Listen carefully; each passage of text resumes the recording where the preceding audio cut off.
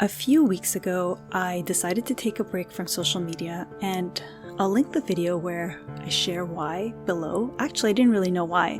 The idea was sprung upon me by my best friend Laura, and before she said she was going to do it, it didn't really cross my mind, but my body was clearly communicating that it wanted me to stop. It was whispering. Every morning as I got up, my head was throbbing, and even though I love social media and I'm blessed because I've managed to grow my business thanks to social media, there's a moment where, as much as social media helps create freedom in our lives, we all need to learn to stop and learn to survive our success with technology. And for me, I was spending more than 2 hours a day on different social platforms. And I know that that's not even a lot compared to most people because I'm very in tune. I take breaks regularly. I turn off my phone every single day. I take the time to connect with my family. I cleanse my energy with each moon cycle. I rewire my subconscious mind with hypnotherapy and meditate. And I've had multiple massive spiritual awakenings that have changed my life. But the minute I got offline, I felt a silence I had not experienced in a few years. And it wasn't just from the noise of other people's lives, it was the noise that was created by me sharing my thoughts on a regular basis. So as I actively paused, I have no words to describe the amount of unprecedented shifts that occurred within me with this stillness, the deep shadow work that came, because I feel like it was also an extreme divine timing, because as I chose this, Antigua went into a lockdown and all we could do was go to the beach, come home, go to the beach, come home, cook, lay, meditate, journal. And before we go any further, where I'm going to go take a deep dive and explain to you the biggest shift that happened, let's take a minute to discuss what spiritual awakening and shadow work really is. So a spiritual awakening generally happens when you ponder on philosophical questions such as, why am I here? What is my purpose in this life? What happens after death? Why do we suffer in this life?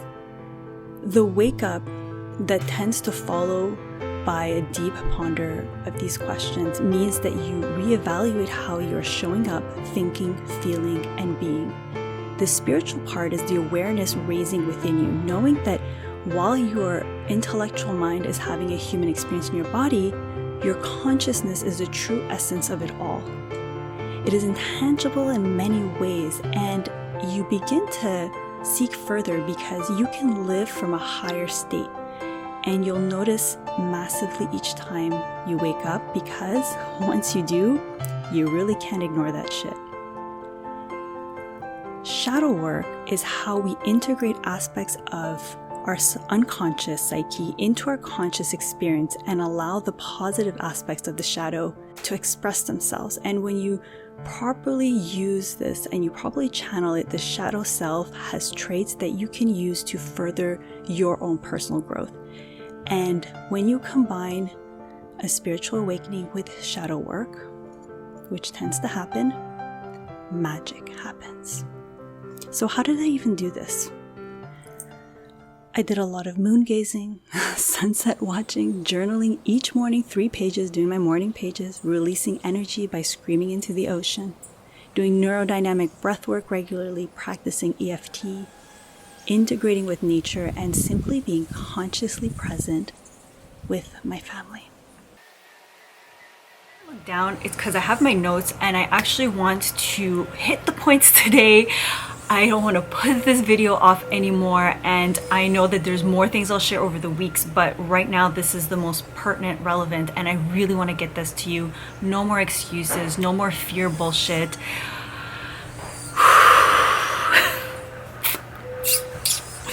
Alright, I've gotten a lot weirder, by the way, because, well, you'll get it. Yeah. So at some point, the crazy in my mind just got louder and louder, and I couldn't even really stand the sound of the ocean, and there was like an aggressivity and restlessness that was like brewing inside me. And one night, for really no reason, I just started being like antsy around my husband. He's the only person that's around me. He's the only person I'm talking to at this point, right? My phone is off, socials are off, only opening to talk to clients here and there. And I asked him a question, well, why are you with me? What's the point? Why me? And for him, it was such an absurd question because he loves me for me. And I've mentioned this before. If you look at my video where I talk about after we got married, and I'll link it below and up here. And no sooner than the words came out of my mouth that I knew, it was like, oh my God, there's something inside me again that needs to be resolved. Like I thought, oh my God, that was it. Like thought I dealt with all this. And I realized to what extent I have been placing my sense of self-worth in productivity. And I've been deeply embedded in the hustle culture. And I think it's a thing that people they brag about, you know, like that song, every day I'm hustling. Like everybody like loves that song. And it's just, you can put it to everything. And, you know, I always joke, it's not even funny, but when I worked at the consulting firm, I was one of the laziest people, and I would work 10 to 12-hour days at like often weeks on end. I went on a 4.5-month work trip, and I was the lazy one on the work trip. Like, and I've been carrying this ridiculous belief, and I don't even want to judge it, this belief that I am worthy of things after hard work. Things have to come hard. And I've realized that that's just such bullshit. The minute I stopped and was like, if I'm not building something, who am I? Why would anyone want to be with me if I'm not creating some successful business or I'm not doing something fabulous? Am I allowed to even be in this trip, in this luxury trip? This trip is a gift from my husband for our wedding. And I questioned if I am worthy of this a lot. If you're familiar a bit with my background, knowing, you know, and I shared it with, again, in that YouTube video, being born in the middle of a war, post-revolution Iran, coming to Canada, passing through that refugee system, the struggle was real. Like, all of these shifts were like mountains to climb. But that worth, that human worth, is something that I feel like I missed at some points. Like I had it and then I missed it. I had it and then I missed it. And when I got off socials and I got off working and I was on this beautiful luxury vacation-ish, because we're both still working, when I caught that, I began to undo the layers. So the most deep spiritual awakening came in that I got a major download from the universe that, you know, I'm worthy to my core no matter what. And the way my husband sees me is the way I need to see myself. My own self-image needs to see this. Like, I am worthy simply for being. And the same goes for you. You are infinitely worthwhile simply for being. That's it. The universe chose you. You are wanted, you are needed. You being present is simply enough. And I feel like this is a concept I have put out. I've worked on it with my clients, and I, in theory, adopted it. But once I stopped everything, I actually questioned it. Yeah, there are people. I hope they don't hear me. Who cares? Yeah, gives a fuck. So as I began to detach my self-worth from productivity, from making money, external accomplishments, I noticed there's a big split inside me, especially as I've really built pretty happy habits and really had this beautiful relationship with my community, with my clients, and knowing that in their eyes, I've made it in some ways. And yes, I have. But in my head, there was an identity split that I forgot to tailor. And this has come through in many different forms that I've noticed, I've expressed here and there, but it just got clear as day as I stopped doing this, as I stopped working. I spent the greater part of the last 2 decades controlling an addiction to food.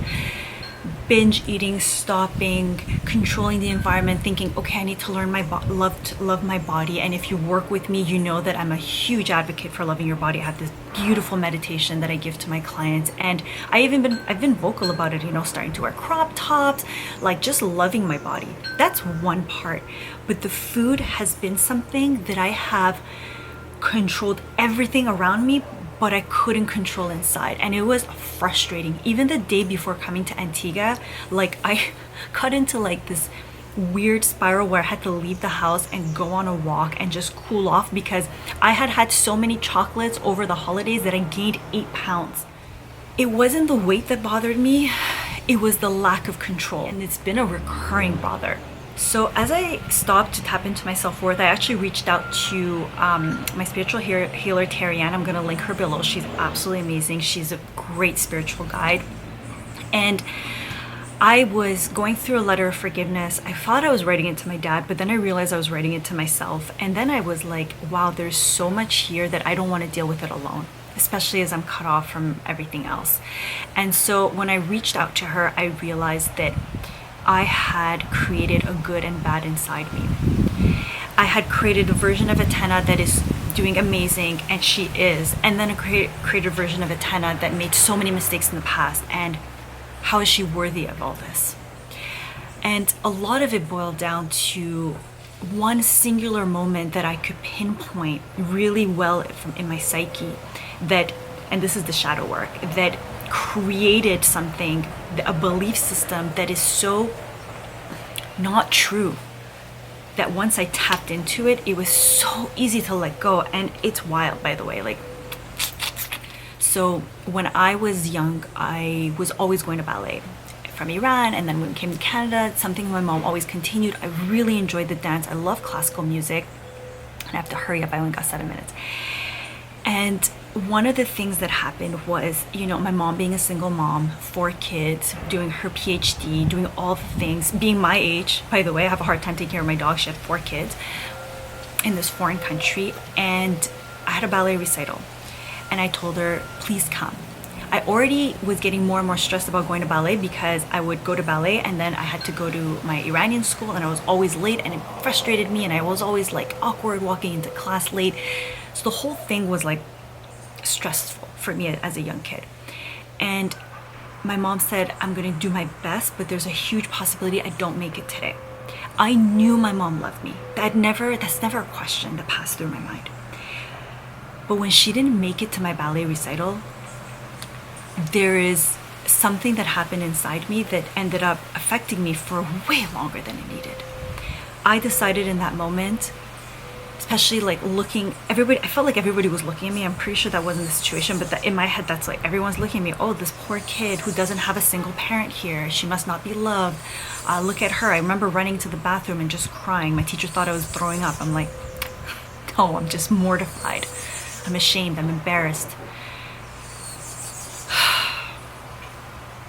That night I came home. I didn't even get mad at my mom, but I told her I'm not going to ballet. I understood, even at a young age, I understood why she couldn't make it.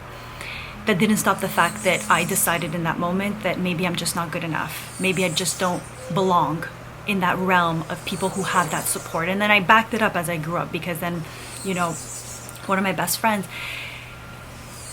she had everything. She had like her dad who would come pick her up after school, her parents who would support her every single choice. And I decided that was every bad choice that I ever made was from a lack of protection from my dad or from my mom, because they couldn't provide that umbrella. Today, I'm so grateful for everything. I'm grateful for that process. It's taught me so much. The relationship I have with my mom today, it's simply beautiful. And the things that she has done for me in this life, it's out of this realm. Like, I would not be here today if it weren't for her. It's so clear for me. And when I just realized that I had created this split, I went back and I was like, the first time I started binge eating was after that recital. Around that time anyways. I got a jar of olives, I got home, I opened it, I had one olive, another, then drank the juice, and then the cycle began.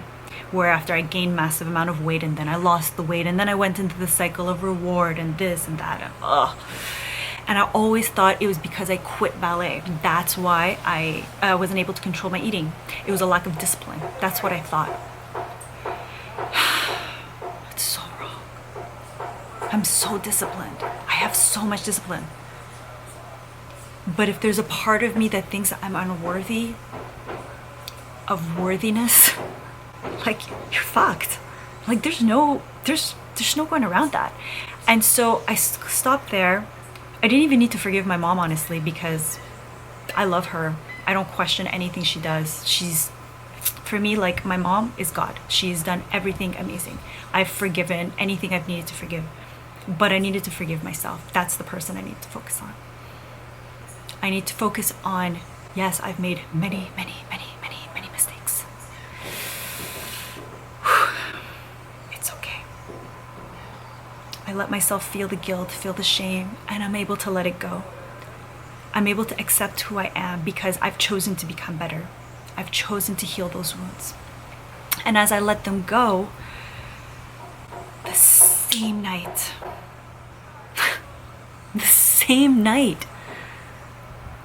this 22-year-old debate ended. After finishing dinner, even as we were watching TV, didn't want to eat more. I just didn't want to eat more. And I can't, like, if you have ever had an addiction to anything where the debate has been going and going and has drove you nuts, you know what I mean. And it felt so good, and it continues to feel good because I don't need to control anything anymore. I'm good. I feel good. I'm worthy for being me. And after I stepped into that, I began to just see clearly that I'm worthy of everything that I desire. And if there's something inside me that says, no, you're not,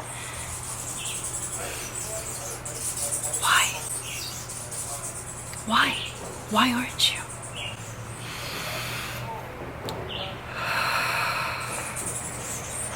So as I did this, I also imprinted it in my inner child. And the level of freedom to really attach yourself to that conscious awareness, that infinite intelligence of the universe, to know that when there's a pain trapped inside your body from a belief, from a moment, knowing that when something like that happens, your brain takes a snapshot, it becomes a memory. It goes into your long-term thinking patterns, your subconscious, and you begin to look for evidence in the world, and you will do things to back it up, and you will convince yourself, even though it doesn't feel good, that it's the truth. It is not. Breathe and recreate the memory. Let it go. The reason why bad things are easier to believe is because your brain really wants you to survive. It's trained for you to survive. It's like, oh shit, that happened. Make sure you remember this every single day, just so it doesn't happen again. Forgiveness is so powerful. It's literally choosing to let that go completely because you're worthy of more. And so I did that for my inner child. I also just replayed that whole scenario. I visualized it. I held her hand and said, I'm here for you. I'm here for you. I'm not going anywhere. I love you. I'm not going anywhere. And so this is it. This is what I want to share right now. There's so many other things I want to share about habits that changed, things that are no longer negotiable with my integrity that have changed, and those will come, but this was the biggest part. And if you take a social media break, I promise you will have some sort of spiritual awakening, because there's nowhere else to go. Literally, there's nowhere else to go but in your mind. And maybe I'm lucky. Actually, luck has nothing to do with it. Like my husband said, we've planned this, we worked for this, we've set the intention to come here and be here. I think the lucky part was that the country went also into a bit of a lockdown, and we couldn't go anywhere except the beach, and so couldn't go to restaurants, and it was just my thoughts, the beach, my thoughts, the beach. That's it. And that was a blessing. Whoa. Okay, so my camera cut. I had a whole bunch of things to do in the middle. I have no idea where I left off, and I guess wherever I left off is where we're gonna leave it off. And I would love for you to share with me your take-ins, if you've taken a social media break, if you're thinking of taking a social media break, and really anything that's on your heart. Let's start a communication, because I know I cannot be the only person that goes through something like this. And that's it. Send you so much love, so much light, and I'll see you in the next video. Bye.